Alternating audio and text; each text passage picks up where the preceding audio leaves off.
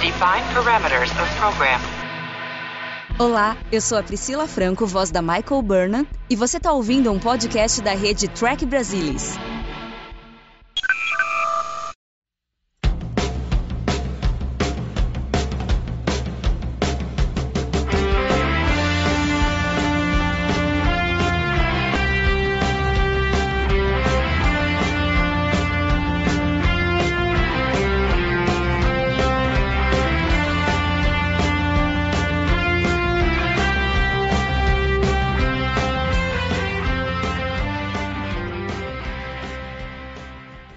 Olá, sejam muito bem-vindos ao Balde do Odo, o podcast da rede do Trek Brasilis para falar sobre a melhor série de Jornada nas Estrelas, Star Trek Deep Space Nine. E hoje vamos falar sobre o 26º episódio da terceira temporada, The Adversary, que fecha essa terceira temporada com chave de ouro. E hoje, aqui comigo para bater esse bate-papo sobre The Adversary estão Luiz Castanheira. Boa noite, pessoal. Sempre bom estar aqui.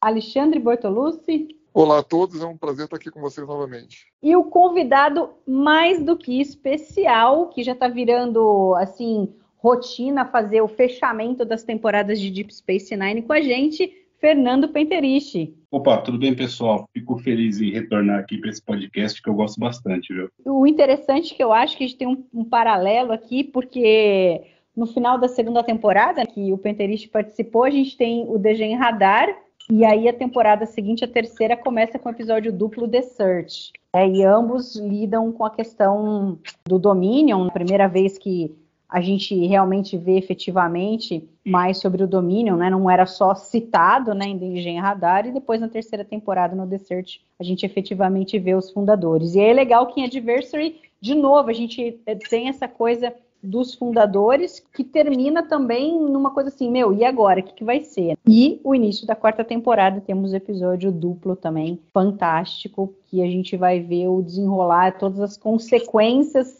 do que os fundadores vinham já ameaçando há bastante tempo, que a gente viu alguma coisa na terceira temporada, e agora a gente vai ver mais sobre isso. E como eu tenho 3 pessoas com excelente memória aqui, eu fico até com vergonha, porque eu não lembro absolutamente de quando eu assisti, o que eu achei, não faço ideia. Mas é bom que tem vocês aqui para trazer muitas informações e contar um pouco aí das impressões que vocês tiveram ao assistir The Adversary pela primeira vez. Vamos começar com o nosso convidado especial. Diga aí, Fernando. Olha, Mari, incrivelmente eu não lembro tão bem a primeira vez que eu assisti.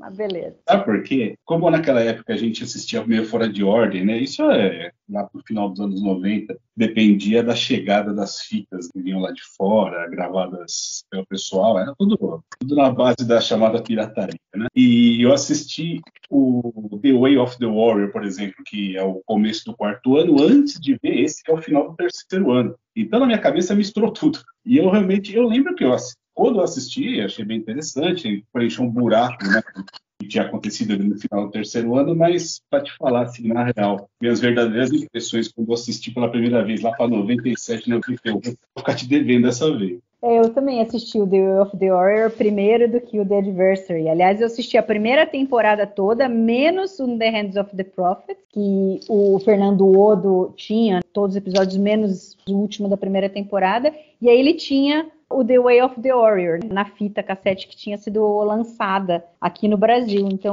eu também vi o The Adversary muito tempo depois. Não faço ideia do que eu achei, porque também, no fim, eu já sabia muito da história. Pouca coisa, assim, eu acabei me surpreendendo, porque eu acabei lendo, porque eu queria saber qual episódio que eu queria assistir, tentar conseguir. Então, muita coisa, assim, se perdeu.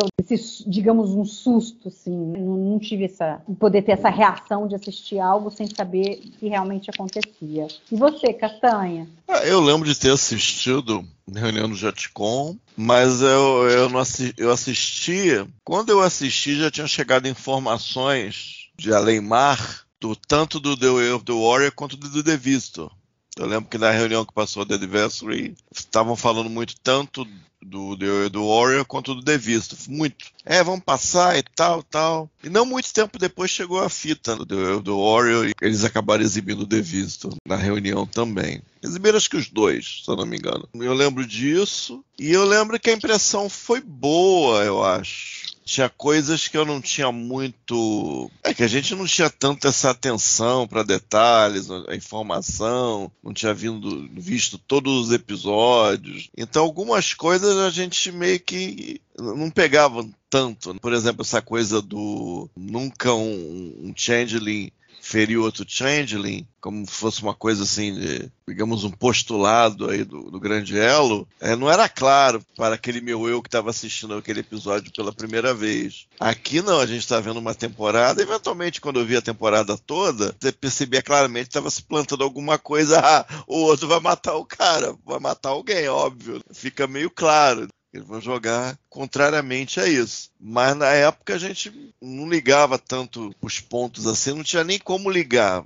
Ainda não, porque eu devo ter visto a temporada toda no hiato não. Eu devo ter visto no primeiro break de Ação de Graças, da 4ª temporada, eu devo ter conseguido a menina que já não está nem mais entre nós. A menina lá do Jetcom gravava fitas, ela gravou, aí eu vi. Aí depois, eventualmente, gravou coisas do 4º ano também. E esse foi. Então demorou um pouquinho ainda para ter noção geral. Mas eu lembro que fora essa coisa da morte, que não é tão significativa, que não tem esse setup todo, eu lembro que a impressão foi boa, achei interessante. A fala final, que na época tinha... Arquivo X era muito popular, então você vê um episódio com Paranoia, a gente lembra... Ora a gente lembra do The Thing, mas eu lembro que a fala final, várias pessoas falaram, Arquivo X, não sei o quê. As pessoas mencionaram essa coisa. É isso que eu lembro da primeira vez, foi mais ou menos isso. E você, Ale? Bom, esse episódio, a primeira vez que eu vi, ele estava na lista lá que o Luiz tinha validado junto comigo. Finalmente, um que estava na lista. Não, teve muita coisa na terceira temporada, né, que o Luiz validou. Né? Mas como eu participei pouco dessa terceira temporada, desde a minha volta ao podcast, eu lembro do duplo Improbable Cause da Icecast e lembro desse aqui. Eles estavam, se eu não me engano, inclusive, na mesma fita VHS. Então eu meio que assisti, meio que seguido, o duplo depois desse aqui. Então eu lembro eu lembro até assim, era noite, eu assisti assim, bastante atenção, e assim, a sensação que eu tive foi realmente de ter, eu tô vendo aqui duas coisas que eu gosto muito, né? Eu acho muito interessantes. Isso, obviamente, levando em consideração as referências que eu tinha. A primeira foi o Luiz já adiantou aí, que foi The Thing, que é o filme lá do John Carpenter, de 1982. Que, assim, embora eles tenham dito aqui que, enfim, tenham se inspirado lá no filme de 1951, acho que ele tem mais elementos do filme de 1982, o John Carpenter. Mas depois a gente fala isso aí com mais propriedade. E outra coisa que eu gostei também é porque tem um feeling, assim, né? Uma vibe de um filme de submarino. Você tá ali num espaço confinado, meio claustrofóbico, e aquela perseguição ali dentro da Defiant. Então, assim, eu achei muito interessante. Se eu pudesse fazer assim, um resumo, sei lá, uma analogia, assim, ao mesmo tempo seria o The Thing, o Enigma do Outro Mundo lá, encontra o Maré Vermelha, né? Que é aquele filme de 1995, né? Com Gene Hackman, Denzel Washington, aquele filme de submarino, né? Que vai ter uma catástrofe lá, enfim. Então, eu gostei muito. Aquele que tem retoques do Tarantino? Que tem referência a Star Trek, é esse? Não, que eu saiba não, pelo menos não que eu me lembro. Esse é aquele do Denzel Washington? Do Denzel Washington, do Gene Hackman. Tem uma hora que ele fala ser pro engenheiro, ele fala pra alguém, tipo, se o Scott tivesse aqui, o que ele faria? Não tem um negócio desse? Não lembro, honestamente. Não lembro? Tá. Não, até porque já tem um tempo que eu não vejo esse filme. Eu também não lembro direito, não. É esse que tem o negócio dos dois surfistas prateados? Agora eu lembrei, também não lembro. Não lembro. Ah, então manda bala. A única coisa que eu lembro que tem de ficção e fantasia nesse filme é o Viggo Mortensen, que trabalha também. Puta. Mas eu gostei, assim, da vibe do episódio, do clima do episódio. Achei um negócio totalmente diferente, assim, do que a gente já tinha assistido, assim, tanto em Deep Space Nine quanto em Jornada, né? Não parece, assim, um episódio de jornada, que tem um foco mais utópico ou científico, nada disso. É literalmente ali os caras caçando o transmorfo ali. Então achei bem interessante, a gente viu ali também algumas coisas novas, uns cenários novos ali da The Flight, que eu também não tinha visto, a gente não tinha visto antes, depois eu fui pesquisar e vi que realmente foi a primeira vez que apareceu. Então achei muito interessante. Gosto desse episódio, obviamente que ele não é perfeito, tem alguns probleminhas, mas eu sempre gostei muito desse episódio. Na terceira temporada tem alguns episódios que eu volto pra ver, esse é um dos que eu com frequência volto pra ver. Eu gosto bastante dessa forma dele de contar a história, dessa paranoia, a tensão. Acho legal eles colocarem essa semente, né, da questão do que, quando o Transmorfo fala pro Odo no final, antes de morrer, né, que vocês estão atrasados, nós estamos em toda parte. Captain, there's something you need to know. The Changeling, before he died, he whispered something to me. Go on. He said, "You're too late. We are everywhere." Que é aquela semente que planta. Da mesma forma que eles plantaram a semente no final do Gen Radar, aqui eles também fazem isso. E aí a gente sabe que em algum momento isso vai ter consequências. E tem várias coisas assim que a gente vê. Eu gosto muito do Sisko finalmente virando capitão. Eu acho que é um ganho muito grande para a série, né, o status dele. Embora ele diga que tanto faz ele ser comandante ou se ele ser capitão, a missão dele continua a mesma, a tripulação dele continua a mesma, mas eu gosto dessa mudança porque também ela vem com a mudança física dele, o cavanhaque, na próxima temporada ele finalmente aparece careca, como o Aira queria há muito tempo, né? Esse visual para o Sisko. Eu gosto de várias das interações ali. Eu gosto muito do Odo com o Eddington. Se num primeiro momento teve uma tensão muito grande deles, da chegada do Eddington, depois eles meio que abandonaram, não trouxeram o cara mais assim. Mas aqui é legal porque ao mesmo tempo em que você percebe que tem uma certa tensão, mas ao mesmo tempo os dois estão trabalhando juntos. Eu gosto da cena ali deles conversando, do Eddington falando, mas o que você faria? Porque já que você é um transmorfo também, qual seria a sua reação? Onde você se esconderia? E é legal a reação do Odo, porque num primeiro momento ele fica meio com o pé atrás com a pergunta, mas aí ele entende a intenção do Eddington, e aí ele tem que perceber que do tipo, ele não sabe, porque ele não tem tanto conhecimento assim da raça dele, do povo dele. Então é legal, porque é algo para ele que não é fácil de admitir isso, dado que a gente viu em The Dice Cast que ele queria muito voltar para casa, para o Link, mas ele não se permite isso. Aí a conversa do Sisko com o Eddington eu gosto muito. Eu acho super engraçado lá o Boliano bundão lá com a Kira. É muito engraçado. Eu adoro isso daí. Gelo cagão, né? É, total, gente, que ele não queria entrar lá. Cagar azul. E aí a Kira entra na frente dele. É muito engraçado.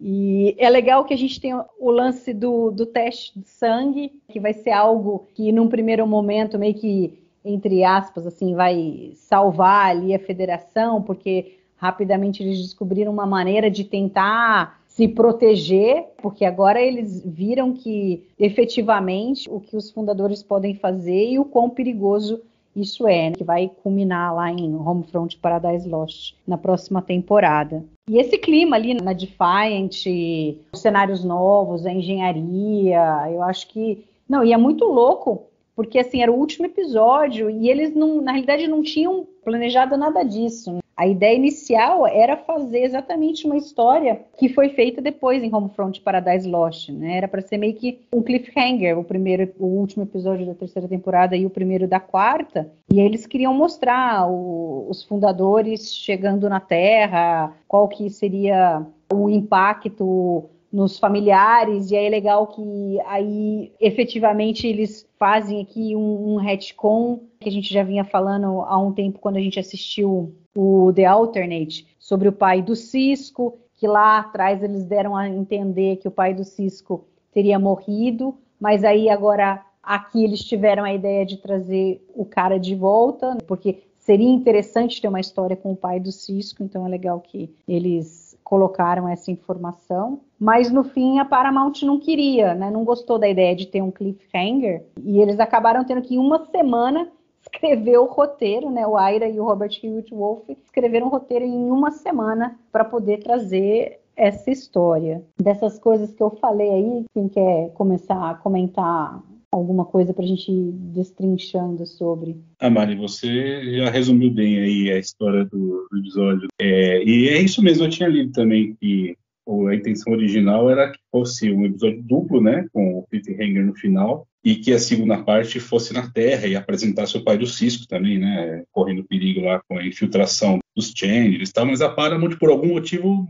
não achou que era hora de fazer isso. E eles tiveram que dar um jeito aí correndo e fizeram. Até que saiu um episódio bem redondinho, se você for ver a mudança que acabou ocorrendo. E eu reassisti essa semana, né, para gravar aqui com vocês. E como fazia algum tempo que eu não via, e aquilo que o Luiz falou, a gente, quando é mais novo e assiste, não repara algumas coisas. Tal. Assim, duas coisas que eu assisti e que eu achei que poderia ter sido mais bem elaborado. Não sei nem se é hora de falar já sobre algumas supostas falhas do roteiro, mas o que eu acho é o seguinte, novamente, a falta de câmeras numa nave da Frota Estelar é evidente, porque se você tivesse um sistema de monitoramento ali, por exemplo, o tubo Jeffries, quando o Bashir transmorfo aparece, né, você saberia que é ele, é uma coisa básica até no século XXI, é incrível que isso não exista no século XXIV. E também o Changeling, ele acaba sedando ali a Dax, ele acaba aprisionando o próprio Bashir. Não era mais fácil ele pegar o O'Brien de vez, dar um sumiço no O'Brien, já resolvia toda a questão. São umas perguntas que ficaram na minha cabeça depois que eu assisti. Eu acho que o episódio é muito mais baseado em trama do que em caracterização. Você pega as ideias do The Thing e mescla com algum Star Trek e acabam acontecendo essas coisas estranhas. O que eu acho legal, que eu acho que é um episódio que tem um andamento legal, eu acho que ele é muito bonito, acho que a fotografia dele, mesmo com baixa exposição de luz, é muito bonito o episódio. Eu estava olhando aqui, ele tem umas cores muito equilibradas, mesmo com pouca luz, ele é bonito. Ele é bem montado, ele é bem dirigido de maneira geral, e nisso ele é muito bem, esteticamente ele é muito bom. Mas depende muito de trama. Eu diria que, de maneira geral, ele é muito perfeitinho, porque você tem um Changeling, você tem alguns artefatos que ele coloca lá de alguma maneira, ele trouxe a bordo de alguma maneira, e esses artefatos, eles estão nas unidades de controle. Mas em nenhum momento ninguém falou assim, pô, cara, será que se eu cortar um cabo aqui, não dá para eu controlar manualmente o leme lá de algum lugar estratégico na nave? Se eu cortar isso aqui, não dá para meter um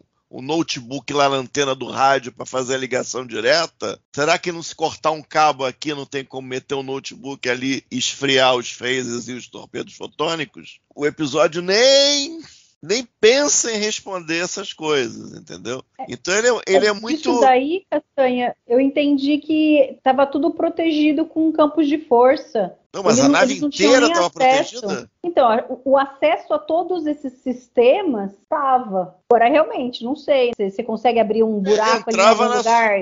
Entrava na superestrutura da nave... Ia lá, cortava cabo, entendeu? Para estar protegido, teria que estar protegido tudo, da interface até o motor, da interface até o leme, entendeu? Só tá a interface protegida, metia alguém lá, o boliano lá, cagão. Vai lá, meu cara, vai lá, se enfia lá e corta o cabo. A tua função é essa. Então, eu sinto ele... Às vezes eu sinto episódio muito... Que nem a música daquele Complicado e Perfeitinho. Como é que era aquela banda? Esqueci o nome. Raimundos. Então, às vezes, é um roteiro muito complicado e perfeitinho. Se você vai meio que... Não tem pra onde ir. Aí a coisa dos casulos de fuga tá travado também. Pô, não dá pra chegar lá e destravar, entrar lá na cara e na coragem e ejetar manualmente o negócio? Não é possível isso, entendeu? Então, nisso ele é muito... Ele tem uma certa artificialidade, né? Porque um cara só consegue fazer tudo, dominar a nave toda, e você não tem alternativas ali daquela tripulação que supostamente é muito inteligente. Isso é uma parte. E tem as bobeiras, tipo, ele derrubou a Dax, mas não derrubou o O'Brien. Aí o Bashir aparece dali na hora que tá dando fuzuê com o Bashir Changeling, o Bashir aparece naquele quarto com campo de força. No final, por que não botaram 8 seguranças lá para proteger o O'Brien, que tá na reta final, para salvar ali a parada? Deixaram só ele e outro camarada lá, não sei, não era o Madalone, outro cara lá ajudando o O'Brien. Aí justo lá que vai aparecer o truquezinho dos 2 Odos. Então, essas coisas de trama, assim, aparecem nesse episódio, mas eu não fiquei assim, pé da vida, assim, com esse negócio. Você vê assim, não é tão espertinho que nem outros episódios. Mas dá pra se viver. Não é a coisa mais nobre do mundo, mas dá pra se viver. Depois eu vou falar da temporada do Picard, né? Óbvio que eu vou falar do Picard pro final. Óbvio. E a coisa do sangue, gente, não é do sangue. Porque se qualquer parte do corpo, se você tiver aquele negócio, tiver a exibir aquele comportamento gelatinoso, tá valendo, né? Como se tivesse uma membrana, o cara sugasse ali, sei lá, um plasma ali, o negócio voltasse pro negócio gelatinoso. É um sangue e não é um sangue, né? O exame ali do negócio. Não sei se é a coisa mais bem resolvida também. A priori mas você poderia cortar um pedaço do cabelo, né? Você poderia cortar um pedaço do cabelo. Poderia. E o cabelo teria que qualquer virar... parte, um dedinho. Mas você não vai cortar, né, o dedinho. Vai que o cara é humano de verdade. Aí você corta o dedo do cara fora. O McCoy cresceu um rim, cresce outro dedinho. Star Trek isso não seria problema. A coisa do phaser, eu não lembrava os detalhes. A coisa do phaser eu acho legal. Porque, com a coisa do Picard, porque ali tá dito claramente, se é humano, é humano. Então aquela trama inteira do Picard da terceira temporada é toda errada. Toda errada, do começo ao fim. Toda errada. Se eu sou uma rocha, registro como uma rocha. Se eu sou humano, registro como humano. O sensor não consegue detectar. Não precisava daquela trama. Mas a coisa da arma, de usar a arma para detectar, é interessante e tem uma certa lógica ali de você dar aqueles disparos na imediação para pegar ele, se ele está no mobiliário, se ele está na parede. Então isso eu achei legal. Acaba não funcionando, acho que aqui acaba não funcionando, mas é uma coisa interessante. Eu acho que tem no The World War, eles fazem um tiro que é quase tridimensional. Ele preenche o ambiente inteiro, se eu não me engano. Eles fazem do jeito de preencher. Dispersão, é por dispersão, né? Porque aqui ficou parecendo que é tipo um blob, uma esfera de energia que vai embora. No The World War eles já fizeram de uma maneira que dá uma varrida, preenche o ambiente todo. Eu acho que lá ficou mais bem capturado a capacidade desse artifício. Entendeu? É porque desenvolveram a ideia, né, Castanha? Sim. Eu achei legal. E a coisa do sangue é essa observação. Não é sangue, é qualquer coisa, qualquer parte do corpo, qualquer coisa. Mas ali eu acho que a parte do sangue... Acho que assim, foi a primeira ideia que eles tiveram realmente baseado lá no The Thing mesmo. E aí na versão de 1982. Sim, cena similar. Porque lá é assim, né? Lá tem um teste de sangue mesmo. O cara, no caso lá, o Kurt Russell lá, faz com que cada personagem tire um pouco de sangue, coloque lá naquela espátulazinha de teste. E ele usa um cabo, vamos dizer assim, um cabo de cobre superaquecido. Né? E aí, quando ele, enfia lá o cabo de cobre super quente lá numa dessas amostras, o bicho pula, vamos dizer assim. Então, acho que, assim, a Mari já comentou, eles tinham uma ideia de fazer um fechamento de temporada completamente diferente. E aí, na hora de fazer, os caras do estúdio, não, a gente não quer um cliffhanger. Não, cara, mas vai ser aqui, ó, Homefront e tal, Paradise Lost. Não queremos esse cliffhanger aí, não. Depois é que foi explicado que eles não queriam... Depois que acabou a temporada, que eles explicaram que eles não queriam nenhum cliffhanger com foco em política, porque, enfim, eles, de acordo com que eles viam os ratings lá da TV na época, eles perceberam que os episódios que tinham temas políticos, mesmo nas retransmissões, eles não tinham muito apelo. A audiência diminuía. Então, depois, no início da quarta temporada, eles queriam alguma outra coisa diferente, que pudesse, inclusive, de alguma forma, dar uma chacoalhada na série, trazer parte da audiência ali da nova geração, que tinha erodido durante o curso ali de Deep Space Nine, principalmente a partir da segunda temporada. Então, eles não queriam, né? Não queriam temas políticos. Em uma semana foi o que deu para arrumar. Pô, vai escrever um roteiro de um final de temporada de uma semana, o que tem aí? O Aira gosta de filme, gostava, né? Gosta ainda, né? De filme de ficção científica lá dos anos 50. Lá. Não, cara, vamos fazer alguma coisa baseada aqui no The Thing. Que, na verdade, o filme lá de ficção de 1951 não é The Thing, né? The Thing from Another World. O The Thing é o Enigma de Outro Mundo de 82, na verdade. Né? E aí eu acho que, como ele escreveu com Robert Hewitt Wolfe, a referência maior ali devia ser do Robert Hewitt Wolfe com o filme de 1982, que todo nerd praticamente gosta, né? Um clássico, né? Virou cult, né? Esse filme. E aí alguns elementos foram capturados nesse filme, né? O teste lá de sangue, a paranoia, aquela questão dos caras não andarem sozinhos, né, na nave, ó. A partir de agora vocês têm que andar em pelo menos dupla aí, ninguém pode ficar sozinho. Que também faz parte, né, integrante desse roteiro que também fez lá no The Thing de 1982. E tem a questão da paranoia mesmo, que eles queriam trazer, né? Eu acho que foi a Mari que comentou, que eles queriam trazer esse elemento, né? Ó, vamos trazer mais pra perto aqui da paranoia. E aí o paranoico lá da nave, o mais paranoico era o Boliano, como vocês já colocaram, né? O paranoico até o último fio de cabelo que ele não tem, inclusive, né? Sim. A parte do sangue, eu assim, honestamente, acho que foi uma saída inteligente, tá? Porque, tudo bem, pode ser um fio de cabelo, pode ser um pouco de pele e tal. Mas, assim, acho que no contexto aqui de que eles queriam trazer a questão da paranoia e utilizando ali, no caso, o Dr. Bashir para fazer os testes, que na verdade não era o Dr. Bashir, traz uma explicação razoável, né? Do cara tá conseguindo ali trocar o teste na hora. Acho que essa parte se sustenta. Vocês comentaram aí de várias falhas do episódio. Só um parênteses, Ale. E esse negócio do teste, não só do teste de sangue, mas antes também, quando a Dax faz a leitura com o tricorder para ver se quem que teve acesso lá, que ele mostraria lá a contaminação e tal, cria todo esse clima da paranoia e da tensão, porque vai em um, não é, vai no outro.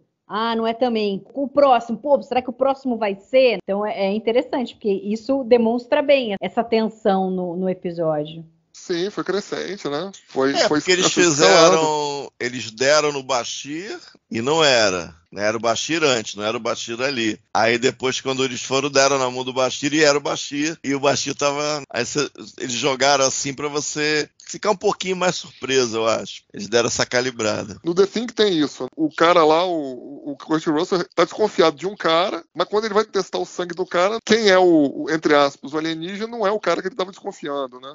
Inclusive no filme The Thing eles fizeram uma nova versão, né, em 2011, com a Mary Elizabeth Winstead. Inclusive o primeiro roteiro desse filme é do Ron Moore. É do Ron Moore, exatamente. Mas não é, na verdade, um remake, é mais uma prequel, né, que eles fizeram. É como se... Esse eu nunca vi. Eu só sei que o Ron Moore trabalhou. Não, na verdade o Ron Moore foi contratado para fazer o primeiro roteiro, ele fez, mas eles descartaram esse primeiro roteiro e contrataram outro cara para fazer o roteiro, que foi o filme que foi realmente lançado. Mas o filme não é ruim não, tá? Não é, obviamente não é igual ao de 1982, mas não é ruim, não é um filme ruim. Mas enfim, vocês apontaram algumas falhas no filme, na trama, no episódio da trama. Realmente, se o episódio passar pelo escrutínio que normalmente a gente faz aqui, ele não vai se sustentar. Não, eu falei as coisas que eu acho mais esquisitas, assim. Não, ele tem um monte de coisa. Né?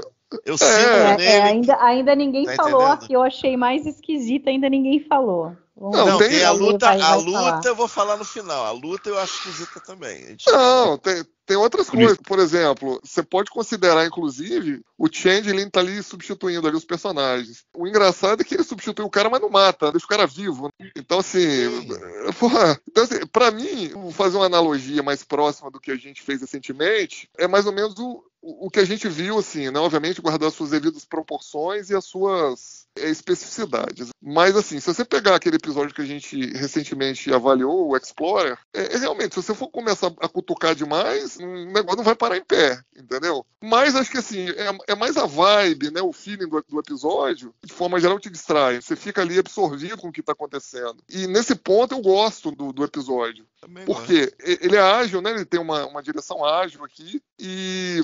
São coisas interessantes que acontecem, né? Assim, de uma forma diferente, né? A história é contada de uma forma diferente do que a gente estava acostumado. Então, nesse ponto, essas características, as interações, Acho que desde o início o episódio já captura a gente, né? Porque a primeira cena é a promoção do Cisco. Bem legal. Então ali você já é capturado. E quem promove o Cisco é o Jake. Dad, there's something I've been wanting to say to you for a long time. And now that I finally have the chance, I'm gonna make it short and simple. Congratulations, Captain Sisko. Então, porra, é um negócio legal pra caramba. Pelo menos pra mim foi legal pra caramba, pô. Imagina, teu filho te promovendo, falando as palavras que quando você recebe a tua promoção, entendeu? Pô, legal pra caramba. Achei muito legal. E como disse, o O'Brien já era tempo. Aliás, eu nunca entendi realmente por que o Cisco não era o capitão desde o primeiro episódio. Achei estranho. Não, é que ele era um personagem mais jovem e comandante. Aí pegaram o Avery Brooks, que era mais velho e comandante. E ficou comandante por 3 anos, because reasons. Pois é, mas não entendeu? Já estava na hora, né? Acho que o Cisco já tinha feito bastante coisa para merecer ali uma promoção. Here's to the newest and best captain in Starfleet. And all I can say is, it's about time. Então, assim, de forma geral, eu acho que você é capturado pela vibe do episódio desde o começo. Então, realmente, ele tem seus problemas, tem suas falhas. Se a gente for parar pra pensar logicamente, ele não vai parar em pé. Mas acho que, assim, tem alguns episódios que te envolvem de uma forma que você consegue passar por isso sem muitas dores. Você concorda em ser enganado, vamos dizer assim. Então, quando você é enganado e se sente... Não, eu tô sendo enganado. Na vida, tudo é assim. Às vezes até num relacionamento... Quando você tá, né? Ué, não é não? Você tá sentindo, você sabe que você está sendo enganado. Ou tá sendo bem enganado, né? Exatamente. Você está sendo manipulado, mas aquilo está te trazendo felicidade, aquilo está te trazendo alegria, aquilo está te trazendo algum tipo de prazer, você deixa isso pra lá, entendeu? Fala, não, tá bom. Quem nunca foi manipulado, quem nunca foi... Entendeu? Quem nunca? Inclusive, mas no final fala, mas esse episódio tem uma cena quem nunca também pra mim.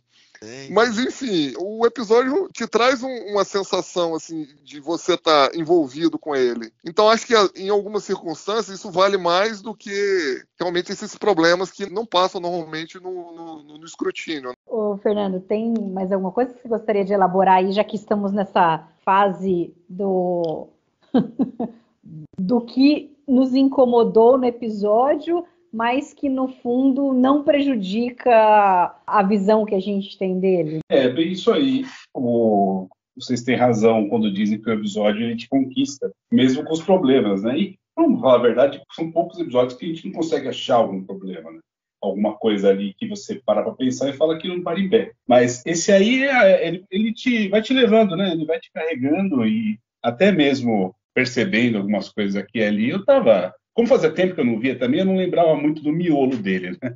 Então eu tava meio ansioso para ver do que ia dar aquilo. Sabia o final, tudo sabia da famosa fala do Odo pro Cisco no final, né? Que os Changelings já estão em todos os lugares praticamente, mas eu não lembrava muito bem da parte central dele e achei divertido rever mesmo com esses problemas que a gente apontou aí. Algumas coisas, fora o que já foi comentado, uma coisa ou outra que incomoda, mas que é rotineiro em Star Trek, é ter um embaixador ali dando ordens na tripulação, da tripulação sênior, né, da Defiant no caso, ou quem ficou no comando da estação espacial mais uma vez, quando todo mundo saiu junto ali como que é o Zencat, né? Isso é o sistema Zencat, que nunca mais também foi visto, nunca mais foi citado. E a autodestruição, né, que estava funcionando bem, mesmo com a nave toda travada. Mas fazer o quê? São coisas menores.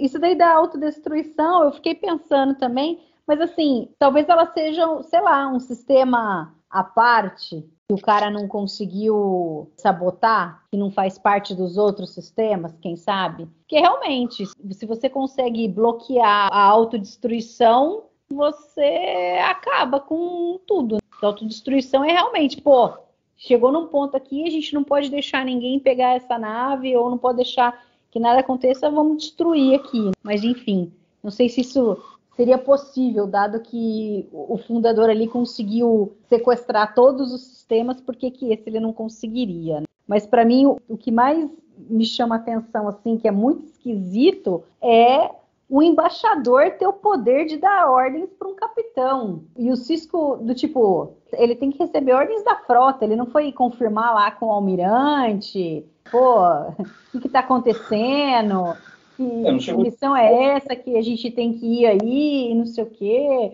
qual é a situação, que outras naves estão disponíveis.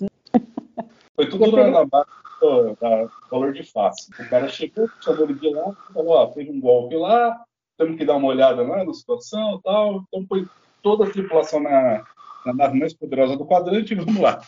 E ele não foi checar nos e-mails. No mínimo tinha que ter alguma documentação, no mínimo. Sim, é. Porque o que foi apresentado pra gente foi de boca. Uhum. No mínimo teria que ter algum tipo de documentação. E parece que tem... Porque ele não toma nenhuma decisão, ele comunica a missão. Ele poderia chegar, a missão é essa, o almirante daquele que apareceu no The Icecast mandou esse CD pra você, dá uma lida nesse CD confidencial. E eu vou ser observador da sua missão. Ele poderia colocar de outra maneira. Eu acho que se fizesse isso, eu já ficaria satisfeito, porque ele, enquanto embaixador, antes de se revelar, ele não tomou nenhuma decisão, ele só comunicou. Então, se tivesse apresentado uma documentação, acho que já seria razoável. É porque na TOS tem situações em que o embaixador toma ou tenta tomar decisões executivas na ponte. Por exemplo, na TOS eu lembro, na TNG eu acho que não. Na TOS tem isso, aqui não foi o caso. Porque na TOS o cara ficava meio que brigando com o capitão. E não pode fazer isso, ele tem que mandar uma mensagem para o comandante imediato do capitão, ordenar o capitão a fazer alguma coisa, se ele quiser, obviamente. Se ele quiser mandar a ordem, o capitão executar. Ele não pode mandar a ordem, não tem cadeia de comando, não tem sentido nenhum, tá entendendo? O cara é civil, aqui eu achei né? bobo, Chega nesse ponto, realmente faltou um pouco ali, não faltou muito, bem honestamente. Podia ter mostrado o Cisco olhando o monitor, com um CDzinho. Um pad, né? Ou um pad. O cara chegava com um pad e entregava o Cisco, um padzinho. Nem era muito, assim, é uma bobeira. Acho que é uma bobeira. Podia ser um almirante, um Comodoro, né? Não precisava ser um embaixador também. Tem isso também. Da mesma forma o cara poderia assumir, mas em jornada também mas é a mesma coisa. Mesmo se ele fosse almirante, ele queria poder assumir, mas em geral você tem que mandar mensagem pro chefe. Mesmo assim seria estranho, né? Mas tendo as ordens daquele cara do The Icecast, eu já penso logo em continuidade, era só ter a ordem daquele cara, do almirante que apareceu no The Icecast. Eu acho que era o comandante, foi apresentado como comandante de operações, sei lá, o comandante da frota inteira, não sei. Era só ver um vídeo daquele cara, não era difícil. E outra coisa que o Castanha já comentou, que é como a tripulação de repente fica super apática. Depois que eles começam a autodestruição, eles ficam sentados ali, o Cisco na cadeira, o Eddington ali pensativo ali atrás, tal, como se não tivesse mais nada a fazer, como se... Por mais que achassem que não iam conseguir continuar procurando o transmorfo, e não foram lá proteger o O'Brien. Óbvio, porque, né, óbvio. Daí tinha que ter todo mundo ido lá proteger o O'Brien. Cerca o O'Brien. Mas enfim, são essas coisas assim que são meio esquisitas no episódio, mas que a gente acaba deixando passar porque o conjunto da obra ali, o que a gente vai ver depois... Esse episódio também, tudo que a gente já citou, é um monte de coisa para trás que eles foram pegando e vão juntando aqui, né? Eu acho que a questão lá do nenhum transmorfo jamais feriu o outro, eu acho que é o principal aqui, né? You sure I can't interest you in one of these? I don't use them. Besides, in the history of my people, no changeling has ever harmed another. I'd hate to be the first. Porque eles falam em The Search, aí eles falam de novo, não lembro agora. Heart of Stone. Heart of Stone, então quer dizer, foi algo que eles eles bateram na tecla pra caramba, então aí aqui chegou uma hora que não tinha jeito, e é legal que eles remetem a um monte de coisa que aconteceu, e um monte de coisa que aconteceu aqui e sem querer dar spoiler, essa história esse ponto não termina aqui, essa história continua. Sim. E tem outras coisas legais também, que tem essas coisas macro, como a Mari comentou, junto com o Luiz aí, mas tem algumas coisas que também vão dando continuidade. Aí ali, logo depois ali que o Cisco é promovido, tal, que o embaixador fala com ele, que eles têm que ir lá nos desenquete, quando eles já estão na Defiant, o Cisco tá conversando com a Dax ali no elevador, no turbolift, e ele fala, né, e aí, já falou lá pra Capitã Yates lá, cara, que você foi foi promovido e tal. Ele, não tive tempo nem de passar mensagem pro meu pai direito ainda. É legal que ela vai, né? Pô, mas fala, pô, cara, e aí, como é que tá o negócio com ela? Me conta alguma coisa diferente aí. Todo mundo da equipe tá querendo uma fofoca aí, cara. Conta alguma coisa, entendeu? So, have you told her yet? Told who? Captain Yates. About your promotion. Yeah, I barely had time to send my father a transmission. In fact, I don't even know where Cassidy is. She's hauling a load of duridium ore to Soleus 5. Huh. You could probably contact her on subspace. I'd rather tell her in person. When'd you do back on the station? About a month. A month? There's nothing worse than a long-distance relationship. I wouldn't call it a relationship, Dax. I've only taken her out once. Okay, twice. I think the exact figure is 3 times. She's quite an interesting woman. She's very independent, a little opinionated, but she has a nice sense of humor. And? What do you want me to tell you, Dax? That you miss her. That you can't wait to see her. I don't know anything. Kira, O'Brien, Bashir, they're all dying of curiosity, and, well, I have to tell them something. You tell them when she gets back. I'm going to take her to the Holosuite, and we're going to watch the 7th game of the 1964 World Series. You do like her. Então, uma continuidade legal do que já vem acontecendo nesse final de temporada dele com ela. E tem um caquinho que colocaram, que ele fala que vai levar ela na Holosuite para ver lá a final do Campeonato Mundial de Beisebol lá de 1964. Né? Uhum. Eu fui dar uma procurada nisso aí. Cara, tem uma micro-referência nisso, cara. Sério, tem uma micro-referência nisso. A final de 1964 da MLB, Major League Baseball, foi entre o St. Louis Cardinals e o New York Yankees. O Yankees é como se fosse o Flamengo, o Palmeiras. Que toda hora tá chegando na final, todo mundo quer ganhar dos caras. E o St. Louis Cardinals ganhou esse ano. E o St. Louis Cardinals tinha um cara chamado Bob Gibson, que era um arremessador. E esse cara foi citado no episódio The Homecoming, né, que é o primeiro lá do triplo lá da segunda temporada. Que quando o Jake vai conversar com o Cisco, ô pai, posso conversar com você e tal? O Cisco fala, você tem boa notícia pra mim e tal? Ele, tem uma boa notícia e tal. O que foi, né? Você passou na prova de álgebra? Não, pai, nem isso não. Então você rebateu a bola do Bob Gibson. Não, também nem isso não. É o mesmo cara. E o St. Louis Cardinals deve ser lá da terra do restaurante lá do pai do Cisco lá, né? Nova Orleans, ali, no sul, ali, Mediações. Não que o Cisco tenha algum time, porque ele fala do... A gente vai ver mais pra frente do Willie Mays, que é outro jogador, enfim. Acho que o Cisco é fã de beisebol de uma forma geral. Mas tem essas micro-referências. Então, assim, acho isso muito legal. Está escondido, né? São easter eggs. O Aira adora colocar esses easter eggs, né? Inclusive, ele bota um monte nos episódios ferengues aí. Ele tinha um certo fetiche, né? Com ferengue. Louco, né? Doido varrido. Segundo... Como é que é o nome do escritor que saiu na segunda pra terceira temporada? O Peter Alan Fields. O Peter Alan Fields fala que o Aira é clinicamente insano. Tem uma entrevista que ele fala isso. Não, o Aira, eu amo ele, mas ele é clinicamente insano, entendeu? Então, o Aira gosta dessas coisas meio esquisitas, assim, né? Ferengue, enfim. E ele gosta também de colocar esses caquinhos, assim, essas referências, esses easter eggs, cara. Então... Nós todos somos, né? Porque eu comecei a rir a hora que você falou, que você foi atrás. Eu tava vendo no YouTube vídeos dessa final, entendeu?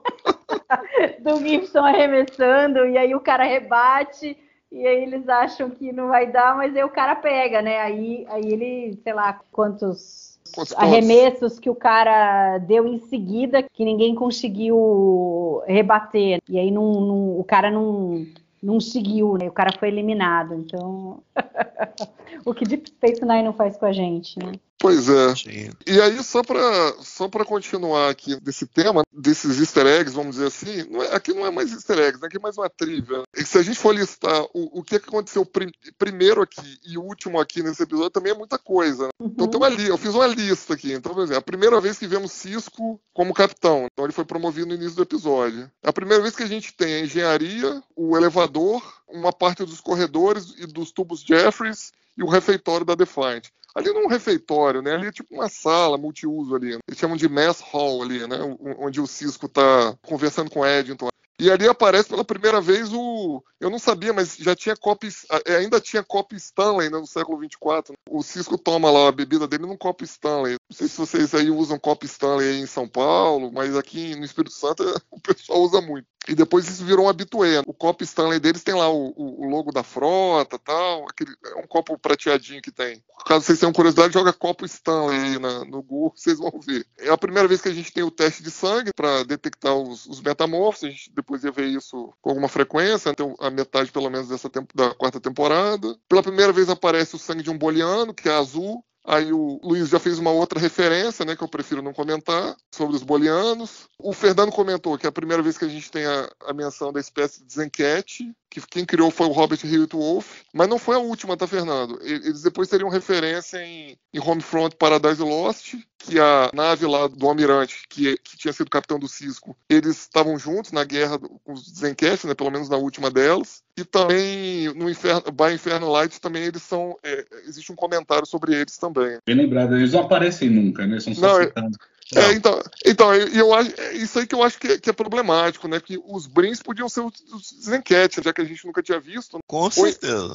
Já que começaram com essa raça, podiam ter desenvolvido, né? Ou podia ser outra raça, né? Podia ser, os Tolianos, alguma outra aí, cara, entendeu? Os caras criaram uma raça nova aqui, eu não sei se foi a melhor opção, mas enfim, agora já foi. É a primeira vez que a gente viu o Cisco mencionar o pai dele de forma que a gente podia considerar que ele estivesse vivo, pelo senso geral, embora eu nunca tenha achado que o velho já estava morto, não. Lá em The Alternate eu achei meio ambíguo, mas não achei que o cara tivesse morto, não. É a primeira vez que temos um diário oficial do Cisco como capitão, e aí a última vez como comandante. E aqui eu começo a lista das últimas vezes. Então, a última vez que o Cisco tem um diário oficial como comandante, a última vez que vemos o crédito do Avery Brooks como comandante na abertura, porque aqui na abertura desse episódio ele estava como comandante ainda. Eles guardaram a surpresa, né, vamos dizer assim, para a primeira cena. É a última vez que a gente vê a abertura de Deep Space Nine desse jeito, que a partir da quarta temporada ela seria remodelada. É a última vez que a gente vê o Cisco com cabelo na série. A Mari já comentou aí que a partir do primeiro episódio da quarta ele tem aquele visual do Hulk, né? Aquele personagem que ele fez lá no final dos anos 80. Sim. É a última vez que a gente vê o Siddiq El-Fadil sendo creditado como ator com esse nome. Depois ele mudaria o nome dele para Alexander Siddig, mas só como ator, para facilitar a escalação dele como ator, segundo os agentes dele. Porque quando ele é acreditado como diretor, continua como Siddig El-Fadil, vai entendendo. E a última vez que a gente vê o Cisco solteiro, né? Que a partir do The Way of the Warrior dá para considerar que ele iniciou o relacionamento dele, de fato, com a capitã lá, Cassidy Yates. Pelo menos para mim. Porque, assim, quando tiver lá o The Way of the Warrior, a gente pode comentar um pouco melhor isso. Mas é isso. Mas já rolou alguma coisa já.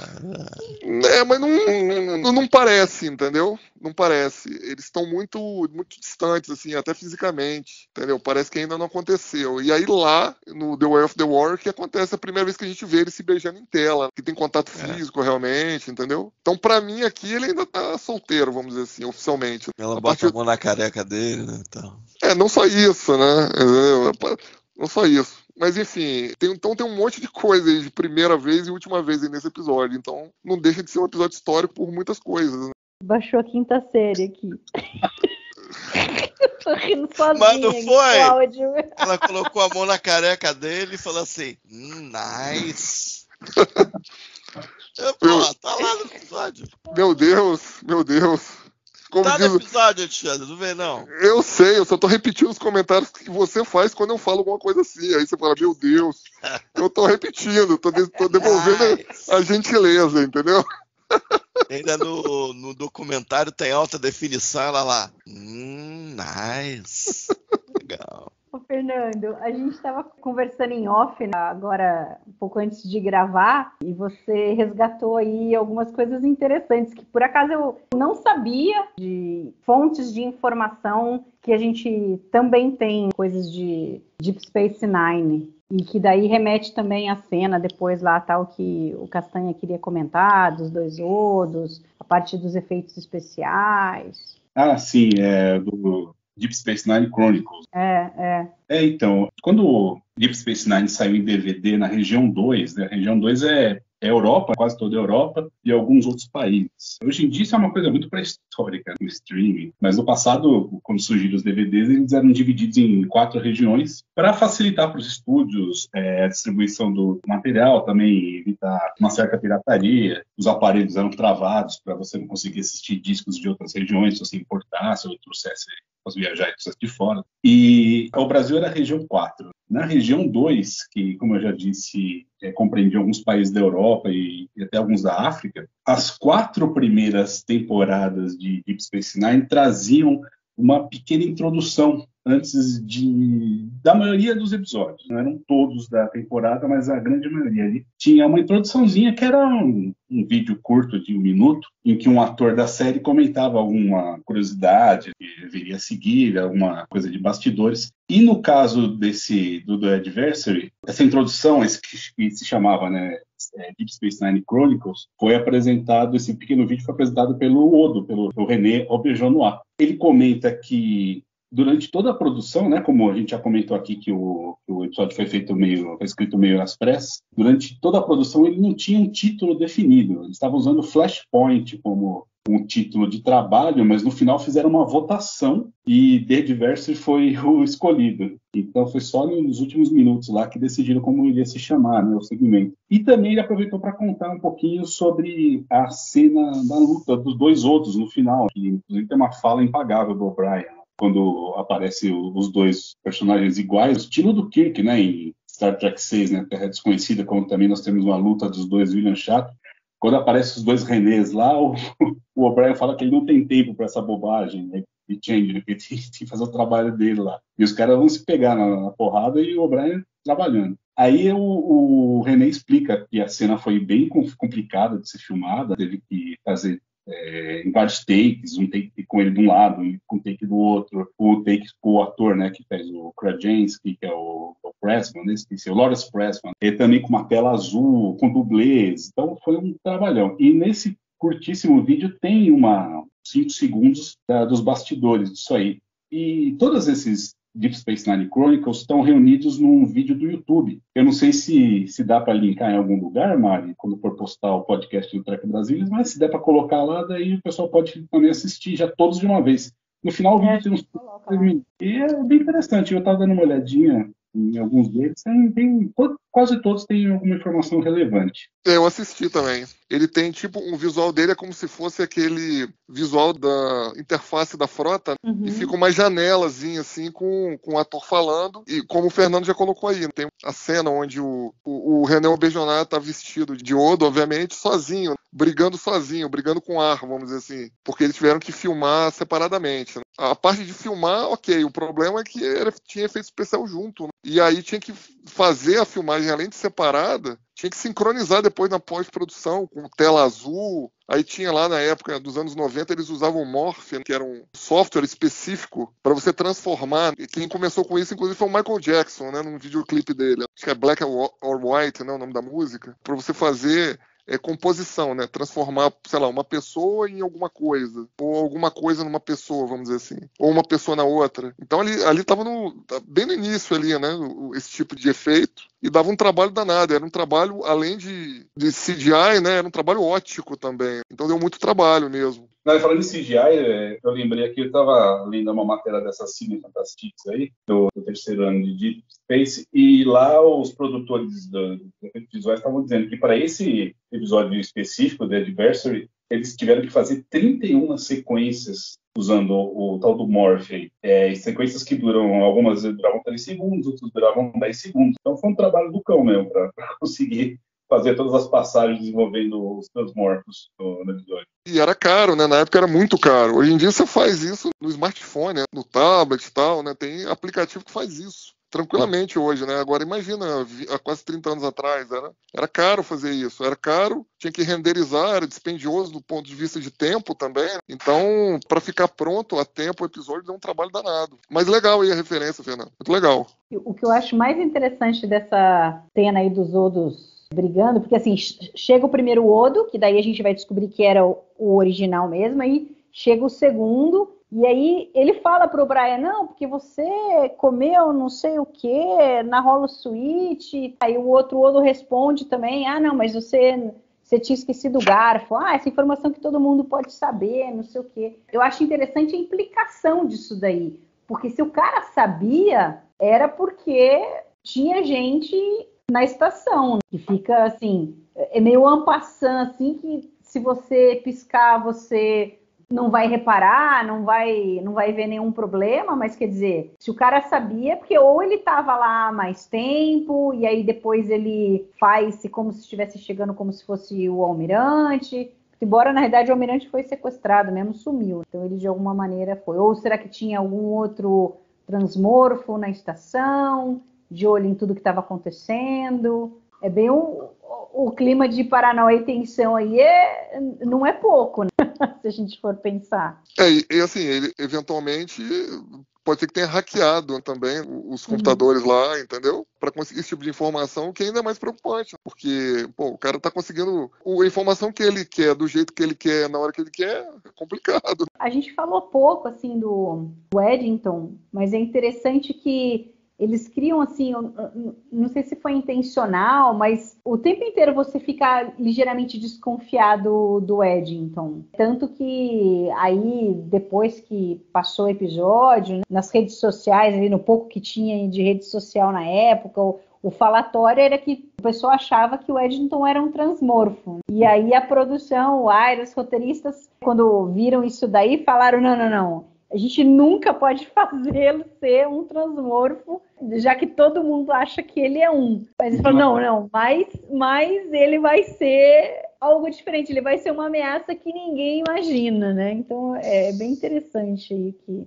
Isso começou muito cedo essa coisa dele não ser confiável, ter alguma coisa acontecendo, e esse boato do Changeling, eu lembro entre temporadas também. Quando foi exibido, talvez que até um pouco antes, também estavam falando disso. O Eddington é um Changeling. Também era um boato bem grande que chegou ali no Jatcon na época. Então era bem conhecida essa história que o Eddington era um Changeling. Primeiro, tinha uma desconfiança com relação ao comando da frota, mais pela simpatia com o Odo, e depois essa coisa, ele é um Changeling. E a atuação dele sempre teve algo estranho na forma como ele se apresentou. Aí acabou, era um traidor, mas de outra natureza. Fizeram um bom uso dele eventualmente. Inclusive, essa coisa de ser capitão, de sentar na cadeira, de ser líder, de ficar em segundo plano. Eu acho legal a cena, mesmo em retrospectiva, é uma cena legal do Eddington com o Sisko, porque eles chegam às, digamos, vias de fato, né? Eventualmente. Eu acho interessante, sim, que é um ator que acaba conseguindo fazer o que pedem pra ele bem,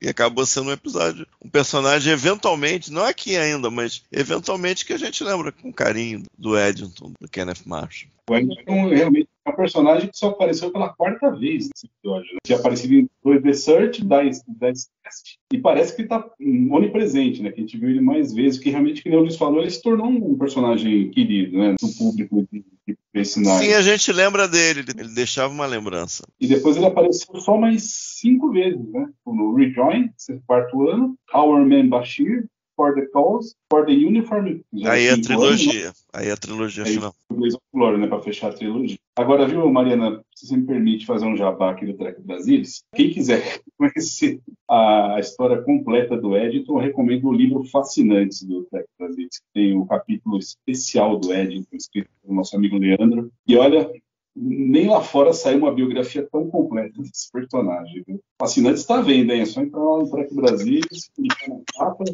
você garante o seu e aproveita porque está acabando. Mas é excelente mesmo. A gente queria fazer o segundo Fascinantes, né? Mas não tivemos liberação. Quem sabe um dia. Tem que vender o resto que sobrou, né? Tem essa. E uma coisa que me surpreendeu, porque eu sou muito ruim, né? De lembrar das coisas, de fisionomia.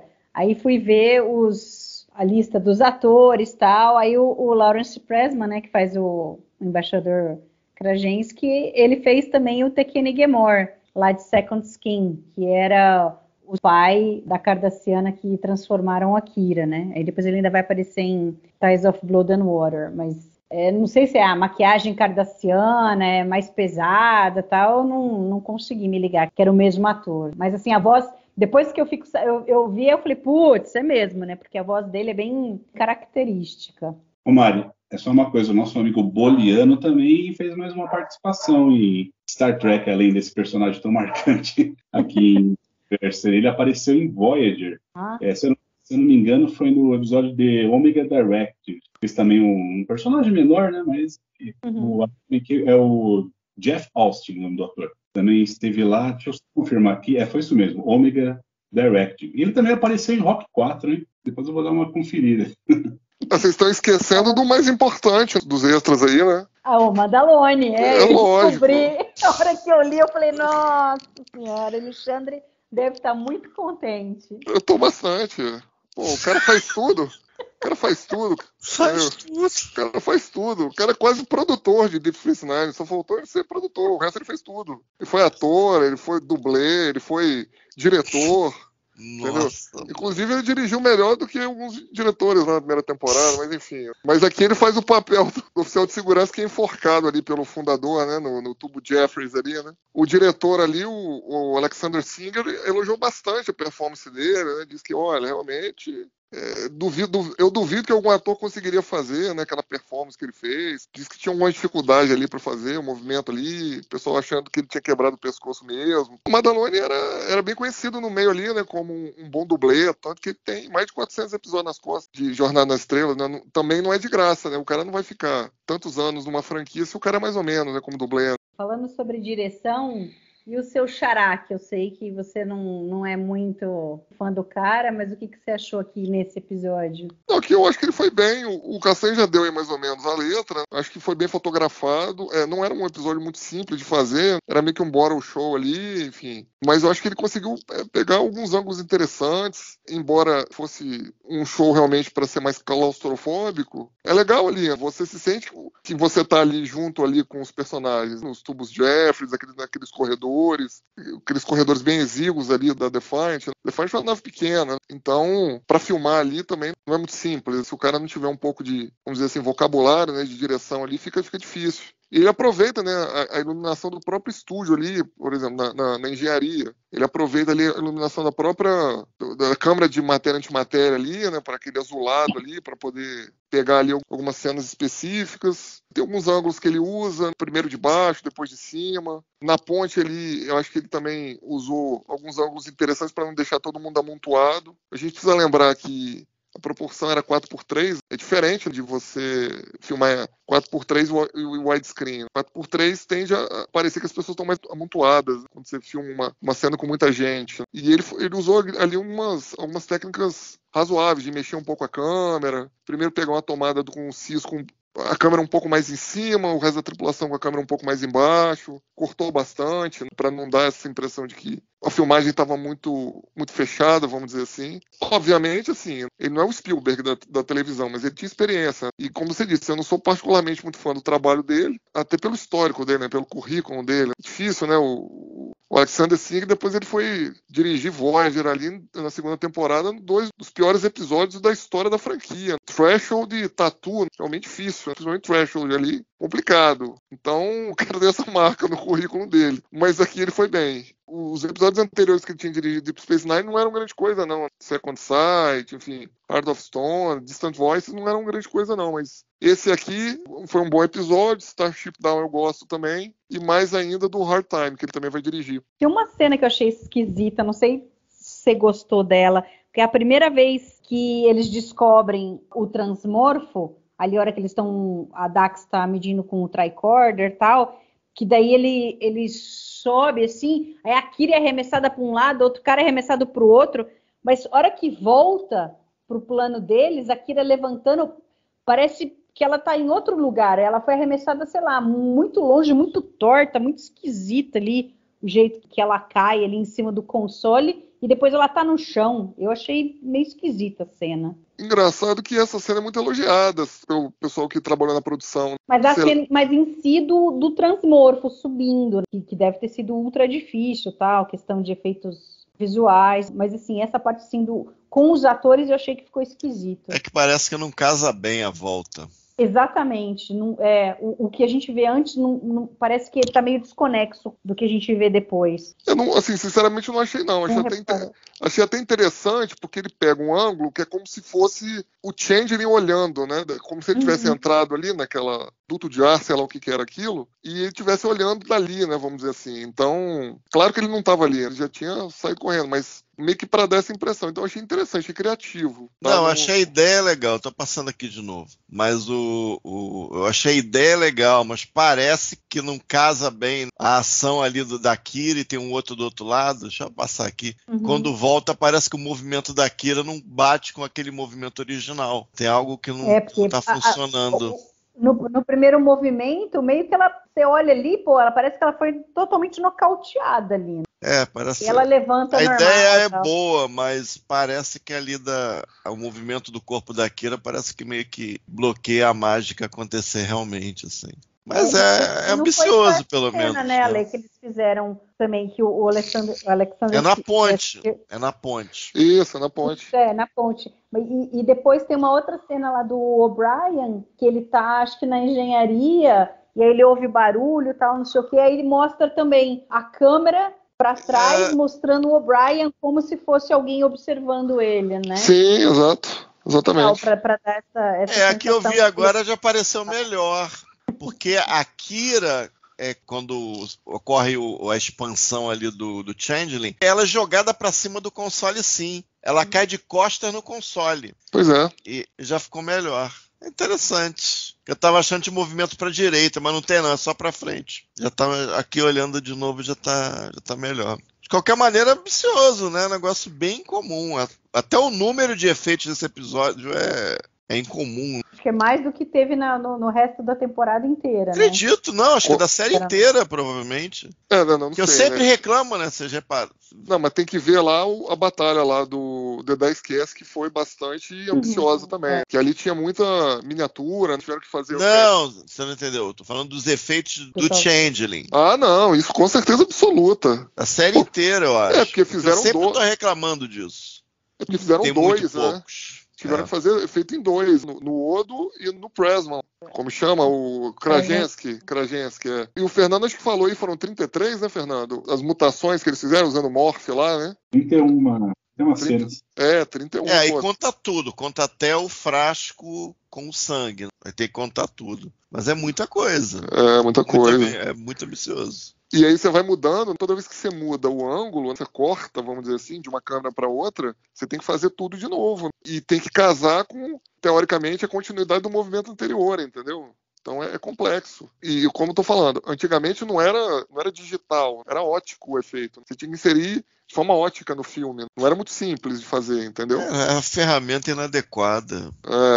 Aí tudo fica mais caro, mais demorado. Mas enfim, de qualquer maneira foi bem ambicioso. Tanto a parte dos cenários da Defiant novos, custou um dinheiro, e os efeitos dos morphs com certeza foram bem caros. Então, assim, pra resumir, Mário, eu gostei da direção aí do Alexander Singer nesse episódio, cara. Eu gostei. Pra mim, aqui, comparativamente, dos episódios que eu vi ele dirigir até esse momento, esse foi o melhor. Fernando, tem mais alguma coisa que você gostaria de falar sobre The Adversary? Olha, Maria, acho que só contextualizar o episódio na cronologia de jornada, ele é o último da terceira temporada, ele foi ao ar em 25 de junho de 1995. 3 dias antes, tinha ido ao ar o último episódio do primeiro ano de Voyager, que foi Learning Curve. E é interessante que naquela época eles tinham um trabalhão para uniformizar as datas estelares, porque eles não poderiam bater uma com a outra, né, das duas séries. Mesmo o Voyager estando no quadrante Delta, tudo ela continuava com a data estelar da Federação. Então o Learning Curve era a data estelar 48846.5 e esse que foi ao ar 3 dias depois era 48959.1, então casou direitinho. E vai lembrar também que The Adversary foi exibido 7 meses depois de Generations, que foi em 18 de novembro de 94. Então, nesse período, a Enterprise caiu ali em Veridian 3 e o Worf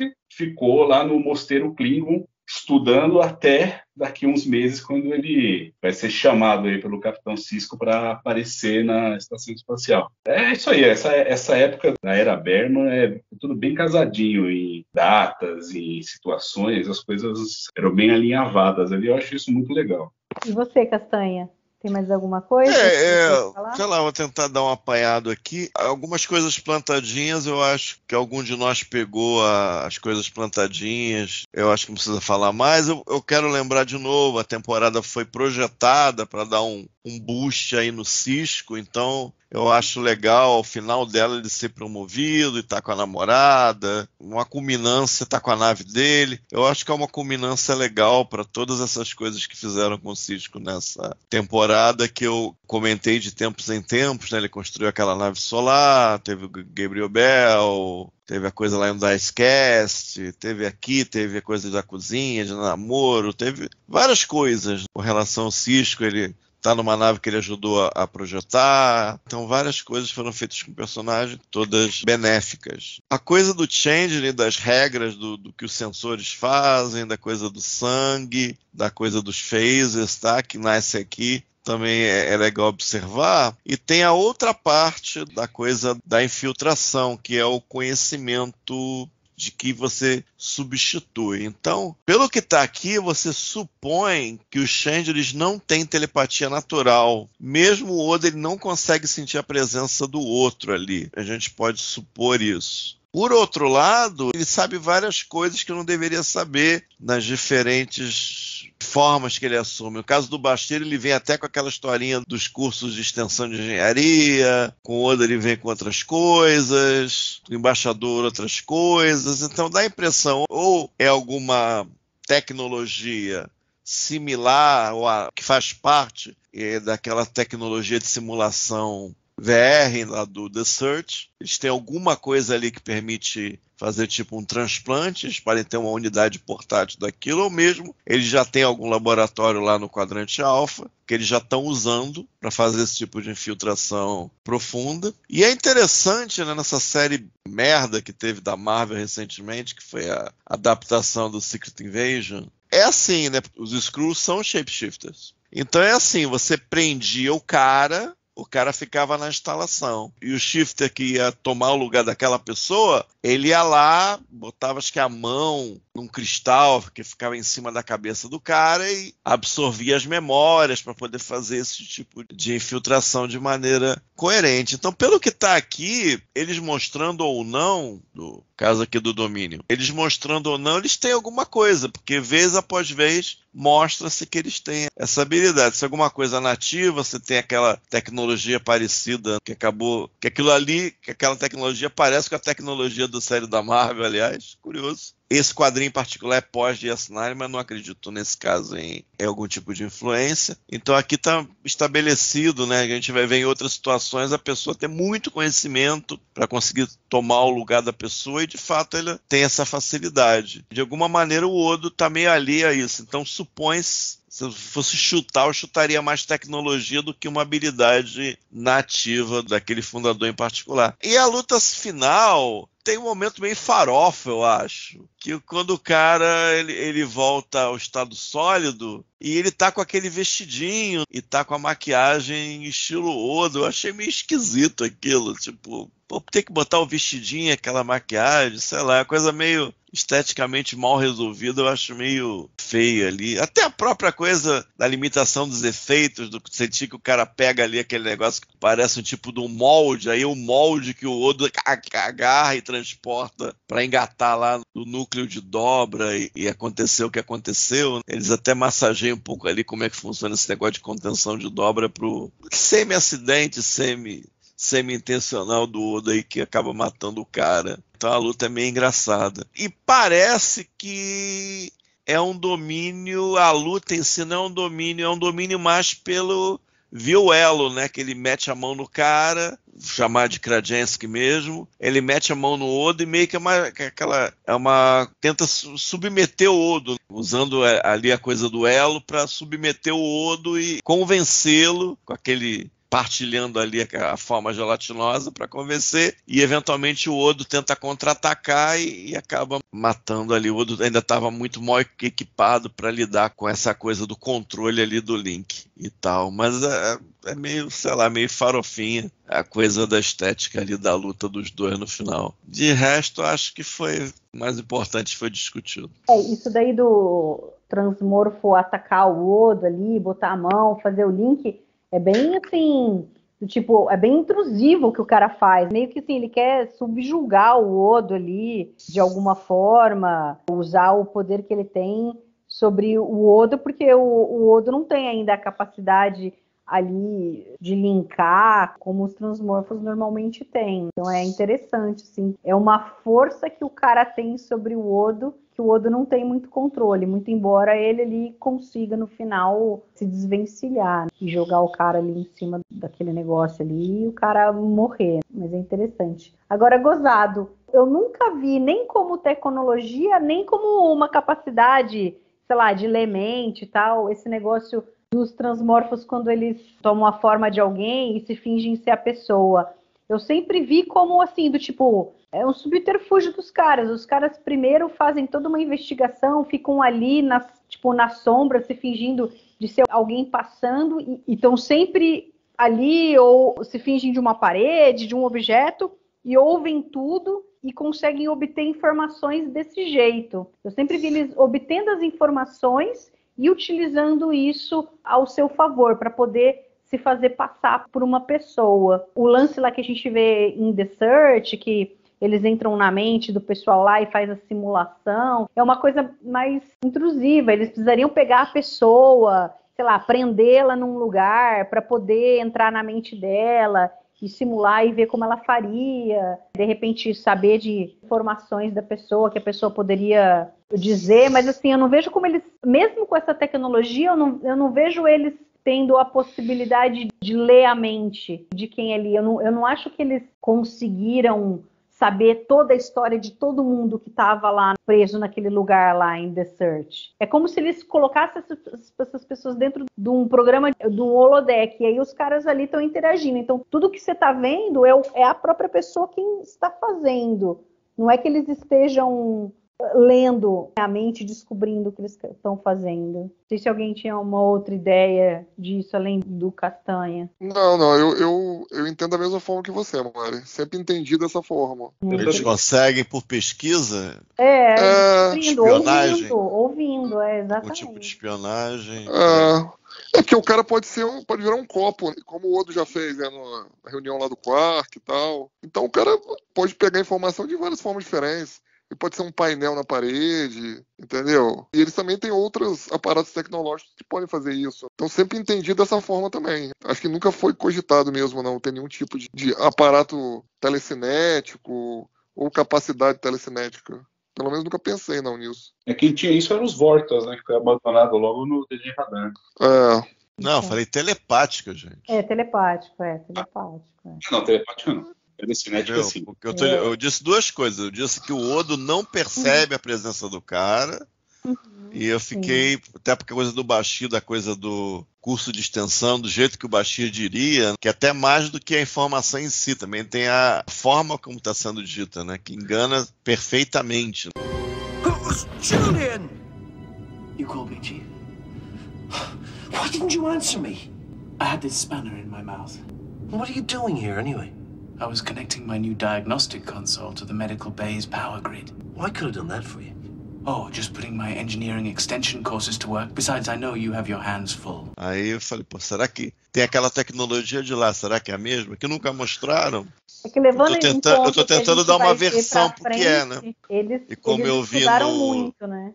Secret Invasion era dessa maneira, eu falei, será que é da mesma maneira? Só de onda. Precisa considerar também que quando os caras estão lá no Grande Elo, lá no Great Link, eu tô entendendo que as informações são altamente compartilhadas. Então você imagina o nível de conhecimento que o Grande Elo não tem e compartilha ali entre os seus ali. Então o cara sai do Grande Elo com grande capacidade ali de já ter desenvolvido certos tipos de tecnologia, informação. Quer dizer, ali é praticamente uma biblioteca. É uma biblioteca biológica, vamos dizer assim. Que é um conceito super interessante também.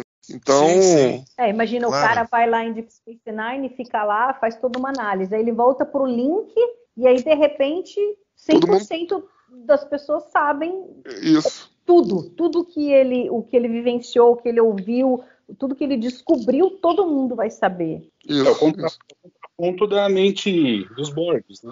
Só que nesse caso é biológico. E você, Ale, com certeza você tem aí o seu momento Quem Nunca para falar. Tinha até esquecido.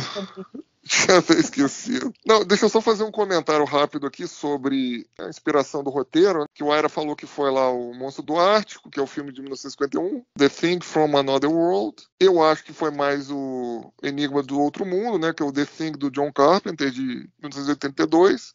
Mas o livro é o mesmo. Não. O livro é só um. Então, né? isso que eu ia falar. Exatamente. Então, os dois filmes Tá. foram baseados, na verdade, no livro, né, Who Goes There? Que, Tá. na verdade, era um livro... Na verdade, não era um livro, era um conto que foi escrito em 1938 por John Campbell Jr., sob pseudônimo. Usou um pseudônimo lá de Don A. Stewart. E depois descobriu-se, depois de muitos anos, 80 anos depois, em 2018, descobriu-se que, na verdade, esse conto, né, Who Goes There, na verdade, ele era uma versão resumida de um romance que ele tinha escrito, chamado Frozen Hell. E aí eles fizeram, enfim, né, o pessoal que era fã dele fez um financiamento coletivo para poder publicar uma edição dessa obra aí que nunca tinha sido publicada antes. E aí em 2019 eles publicaram, inclusive esse livro saiu aqui no Brasil. Foi a primeira obra desse cara que saiu aqui no Brasil, em português. Então aí só para contextualizar, o Aira falou que, obviamente, pegou aí a inspiração para o episódio num filme, mas esse filme foi baseado num conto lá de 1938. E para finalizar o meu momento Quem Nunca, eu falei lá, né, na época lá que o Cisco, logo no início do episódio, o Cisco foi promovido e tal, e rolou uma parada comigo que foi o seguinte: eu trabalhei numa empresa e eu fui promovido nessa empresa, virei gestor lá dos meus colegas. Eu era um igual, vamos dizer assim, eu era um vendedor como eles. E aí eu virei o gestor deles. E tinha uma colega que a gente normalmente discutia, né? Discutia assim, debatia certos assuntos. E a gente discordava bastante. E quando o diretor da empresa foi informar que eu tinha sido promovido, a primeira coisa que ela falou foi o seguinte: pô, agora ela lascou, né? Já era difícil discordar do cara, agora vai ficar impossível. O cara virou chefe, né? Eu falei, não, você pode discordar o tanto que você quiser de mim. Tanto que você entenda que eu vou estar certo sempre, entendeu? E essa... Well, now that you have another pip on your collar, does that mean I can't disagree with you anymore? No, it just means I'm never wrong. We'll see about that. E essa... Isso fala exatamente isso. Exatamente, ele falou isso pra Kira. Então, tipo assim, na hora eu lembrei. Na hora que ela falou isso, cara, veio esse episódio na minha cabeça, esse diálogo. E na hora, a resposta foi muito rápida, que ela ficou assim, olhando, com o olho arregalado, assim. Então, assim, esse é o meu momento Quem Nunca de Deep Space Nine. Eu tenho tantos, né, cara? Então, assim, essa série é tão ressonante pra mim, assim, pessoalmente. Eu sempre fiz questão de falar isso, desde os primeiros episódios, né, que a gente fez aqui no podcast. Não só por isso, mas também por isso, entendeu? Então, fica aí o meu momento Quem Nunca desse episódio. Só vou fazer menção a uma última cena aqui que eu acho muito engraçadinha. Não acrescenta nada na história, aos personagens, mas eu acho muito engraçada. É quando o Quark chega ali com a champanhe, né, a bebida e tal, e aí o Jake pede se ele pode tomar um pouquinho. O Cisco fala, tá bom, vai. Aí o Jake vai entornar o copo inteiro e o Cisco tira dele.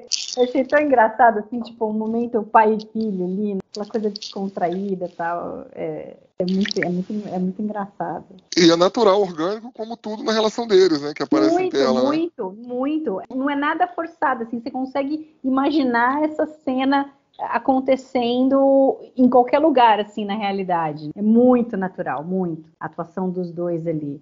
Aliás, nesse começo inteiro, o Jake fazendo o discurso, colocando ali o quarto pin no Cisco, depois ele se abraçando, é bem assim, é muito interessante. Realmente, como você falou, é muito legal que tenha sido o Jake a entregar ali, simbolizando ali a passagem de comandante para capitão. Achei muito legal isso daí. Muito bem, então vamos as notas para The Adversary. Diga lá, Castanha. Isso aí tá mais para 3 do que para 13,5, mas eu tô bonzinho hoje, vai 13,5. E você, Ale? Eu dou 3,5 para esse episódio. Acho que o momento Quem Nunca joga meia estrela para cima, entendeu? E você, Penteri? Olha, eu tava convicto em dar 3, mas lembrando dessa sequência inicial com o Cisco e o Jake, sabendo também dos bastidores e tudo mais, eu acho que merece um meio pontinho aí de bonificação, então eu dou 3,5. Eu vou destoar ligeiramente de vocês. Eu acho um ótimo episódio, gosto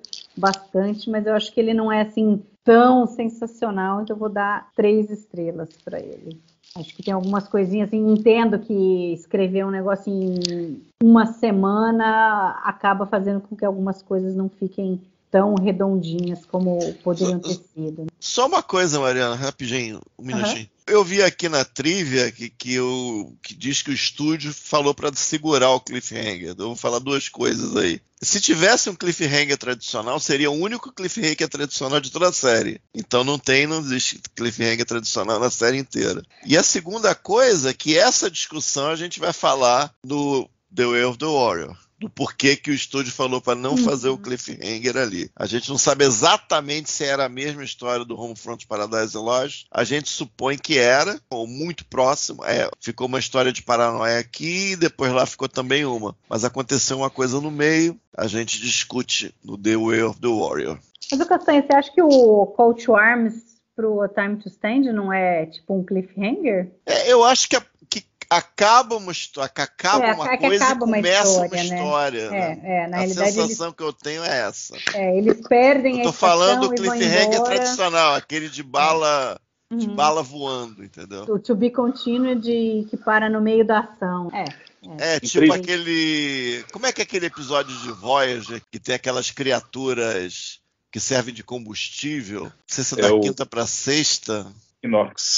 Equinox. Então, o Equinox, caramba, o negócio para com a criatura indo da direção da Janeway, nesse nível. Então eu tô pensando assim, cliffhanger tradicional, mais ou menos assim. Que nem The Best of Both Worlds. No meio do Fire da vida e tal, assim, bem... Agora o Hegemony, né, Strange New Worlds. Mais tradicional, Muito bem, então finalizamos a terceira temporada. Daqui 15 dias a gente vai fazer o nosso episódio para falar sobre a terceira temporada como um todo, né? Fazer um apanhado de tudo que a gente viu, do que a gente achou da temporada, da evolução dos personagens, da história e um pouco do que a gente espera da próxima temporada, da quarta temporada. Queria agradecer muito, Fernando, muito obrigada pela sua participação mais uma vez aqui e a gente vai te ver logo, né? Que vou dar spoiler aqui, mas você vai estar em The Way of the Warrior com a gente. Então, mais um pouquinho você está de volta, Fernando. Muito obrigada. Valeu, Mari. Fico feliz de ter participado e feliz também em retornar rapidamente. E para falar de um episódio tão importante, né, que é The Way of the Warrior. Luiz, muito obrigada. Como sempre, um prazer. Show de bola, The Adversary. Mais uma temporada que se vai. A gente chega lá. Mais um pouco estaremos no meio da série. Ale, um prazer, como sempre, estar aqui contigo conversando sobre Deep Space Nine. Obrigado, o prazer é meu. Valeu, até a próxima.